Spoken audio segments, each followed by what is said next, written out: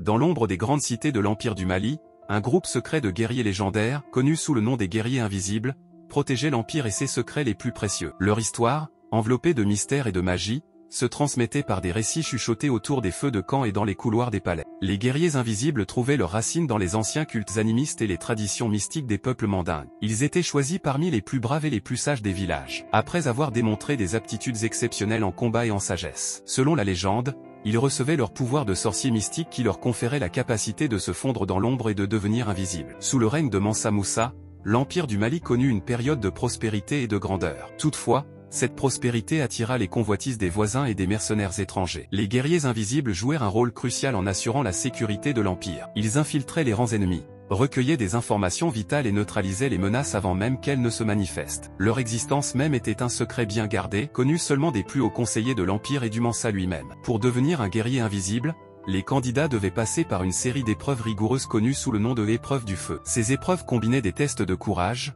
de force physique, d'agilité et de connaissance des anciennes magies. La dernière épreuve, la plus redoutée, consistait à traverser la forêt des âmes, un lieu sacré où les esprits des ancêtres guidaient et évaluaient les prétendants. Ceux qui échouaient n'étaient jamais revus. L'une des légendes les plus célèbres concernant les guerriers invisibles est celle de la bataille de Niani. En 1339, une coalition d'ennemis s'était formée pour envahir la capitale de l'Empire. Alors que les armées conventionnelles de l'Empire se préparaient à une bataille sanglante, les guerriers invisibles agirent en secret. Ils s'infiltrèrent dans les camps ennemis, semant la confusion et la peur. La nuit avant la bataille, ils sabotèrent les armes et les provisions des envahisseurs. À l'aube, l'armée ennemie, désorganisée et affamée, fut facilement vaincue par les forces maliennes. Les guerriers invisibles avaient une fois de plus assuré la sécurité de l'Empire sans verser une goutte de sang visible. Avec le temps, l'Empire du Mali commença à décliner, et les guerriers invisibles devinrent de plus en plus mythiques. Leurs exploits étaient racontés dans les épopées et les chants des griots.